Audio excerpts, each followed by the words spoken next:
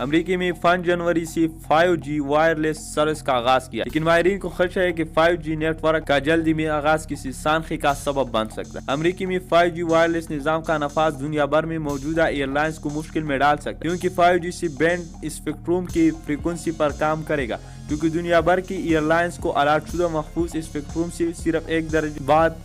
کی فریکوینسی ہے۔ ماہرین کا کہنا ہے اگر ایئر لائنز کو الاٹ شدہ محفوظ اسپیکٹرم تبدیل نہیں کیا گیا، خدشہ ہے 5G اسپیکٹرم کے بعد نہ صرف پروازی تاخیر کا شکار ہوگی، کئی پروازوں کا راستہ بدلنا ہوگا یا منسوخی بھی ہو سکتی ہے۔ یاد رہے امریکی میں 5G اسپیکٹرم 3.7 گیگا ہرٹز سے لے کر 9.98 گیگا ہرٹز کی فریکوینسی پر آپریٹ ہوگی، جبکہ انٹرنیشنل ایویئیشن کو الاٹ شدہ محفوظ فریکوینسی 4.2 گیگا ہرٹز سے۔ ماہرین کا کہنا ہے کہ 5G ٹیکنالوجی طیاروں کا حساس الیکٹرونک